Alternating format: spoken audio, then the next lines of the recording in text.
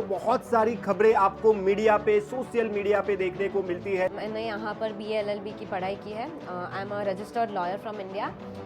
Then I went to Canada because मुझे ऐसा था कि मुझे लाइफ में थोड़ा इंटरनेशनल एक्सपोजर चाहिए, थोड़े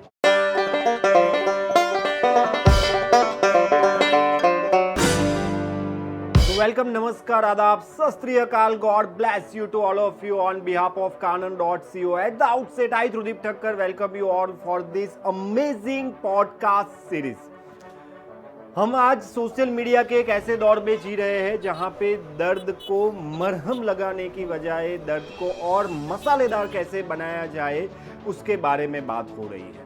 अगर आप कनाडा जाना चाहते हैं तो बहुत सारी खबरें आपको मीडिया पे, सोशल मीडिया पे देखने को मिलती है, लेकिन हम प्रयास कर रहे हैं ये टटोलने की कि आखिर सच क्या है। इससे पहले आपने पॉडकास्ट देखा होगा जिसमें एक स्टूडेंट है जो वहाँ पे पढ़ाई करके यहाँ पे आई हुई थी, उसका हमने पॉडकास्ट किया। उसके बाद आपने पॉडकास्ट देखा कि जो स्टूडेंट अभी कनाडा जाने वाले हैं उनका क्या सोचना है। और आज हम जो पॉडकास्ट करने जा रहे हैं वो बहुत ही खास है क्योंकि आज हमारे साथ है मिस राधिका साहब जो कनाडा में पढ़ाई करके यहाँ पे आए हुए हैं। PR के भी बहुत ही नज़दीक है, तो हर एक पहलुओं के बारे में उन्होंने हर चीज़ को एक्सपीरियंस किया हुआ है। तो राधिका, बहुत बहुत स्वागत है आपका हमारे इस बेहद ही खास पॉडकास्ट में। तो सबसे पहले तो आप आपका इंट्रोडक्शन दे दीजिए ताकि व्यूअर्स को पता चले कि आप कौन हैं। तो thank you so much that you invited me over here. मेरा नाम है राधिका एंड मैंने यहाँ पर BA LLB की पढ़ाई की है। I am a registered lawyer from India. Then I went to Canada because मुझे ऐसा था कि मुझे लाइफ में थोड़ा इंटरनेशनल एक्सपोजर चाहिए, थोड़े उस तरीके एक्सपीरियंसेस लेने हैं। तो मैंने डिसाइड किया कि मैं वहाँ पर जाऊँगी। वहाँ पर जाके भी मैंने पोस्ट ग्रेजुएशन किया है लॉ में ही। उसके बाद जब मेरी पढ़ाई ख़त्म हो गई तो मैंने वहाँ पर एक जॉब भी ले ली थी एंड थोड़े टाइम बाद फिर वहाँ पर काम करके थोड़ा वर्क एक्सपीरियंस लेके आई केम बैक। ओके, तो सबसे पहला सवाल, why you choose Canada as your study destination? Firstly I chose Canada because as we all know कि वहाँ पर PR होना as compare to other countries थोड़ा इजी है, तो वो एक ऑप्शन तो था ही मेरे लिए। प्लस मेरा भाई भी वहाँ पर है, तो it made things all the more easier for me. तो ऑल इन ऑल मेरे लिए Canada was like the best option available, so that is why मैंने कनाडा चूज़ किया। प्लस वहाँ पर काफ़ी ज़्यादा लाइक जो कॉलेजेस हैं, जो यूनिवर्सिटीज़ हैं, वो वर्ल्ड रिनाउंड है एंड स्टैंडर्ड ऑफ एजुकेशन भी बहुत अच्छा है। तो that is why I chose के मुझे कनाडा जाना है। तो यहाँ से आपने ऑलरेडी लॉ की पढ़ाई की हुई थी, उसके बाद आप कनाडा जाके लॉ की पढ़ाई वापस से करने वाले थे। अब यहाँ के रूल्स रेगुलेशन सब कुछ अलग होंगे, वहाँ के रूल्स रेगुलेशन सब कुछ अलग होंगे, तो आपको कोई दिक्कत नहीं आई ये डिसाइड करने में? बेसिकली जैसे हम एक कॉमनवेल्थ नेशन है, India is a Commonwealth nation, we were ruled by the Britishers and so was Canada.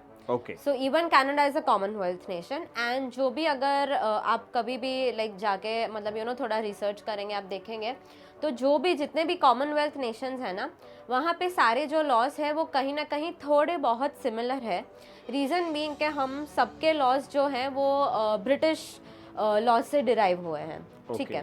तो इसलिए काफ़ी ज़्यादा सिमिलैरिटीज़ आपको देखने मिलेगी। प्लस सेकेंडली लॉ एक ऐसी चीज़ है कि हमें वो याद नहीं रखनी है, कोई फॉर्मूला नहीं है या कोई एक्सपेरिमेंट नहीं है। लॉ एक ऐसी चीज़ है जिसे हमें इंटरप्रेट करना है। इंटरप्रिटेशन ऑफ लॉ मोर और लेस सब जगहों पे सेम ही होता है। तो लॉ चाहे जितने भी बदल जाए, आप अगर आपको इंटरप्रेट करना आता है लॉ को, तो आपको कोई प्रॉब्लम नहीं होगी। सो इन दैट सेंस काफ़ी ज़्यादा सिमिलैरिटीज़ भी थी और इतना कुछ मुश्किल नहीं है। तो यहाँ पे जैसे IPC वगैरह होती है वैसे सेम IPC वहाँ पे कनाडा में मिल जाती है? सेम IPC नहीं होता है, ऑफ कोर्स सेम नहीं होगा, बट इट्स क्वाइट सिमिलर। जैसे काफ़ी सारे जो कॉन्ट्रैक्ट्स के लॉज हैं जो इंडिया में हैं, वो ही सिमिलर मैनर में वहाँ पर भी हैं। तो जो कॉन्सेप्ट होता है वो कहीं ना कहीं काफ़ी ज़्यादा सिमिलर रहता है।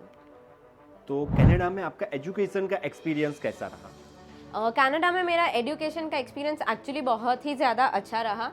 रीज़न बीइंग कि हम जो सिस्टम फॉलो करते हैं, इंडिया में जो एजुकेशन सिस्टम है वो बहुत ही ज़्यादा अलग है कनाडा की एजुकेशन सिस्टम से। मेनली वहाँ पर ज़्यादा चीज़ें प्रैक्टिकल बेस्ड होती है।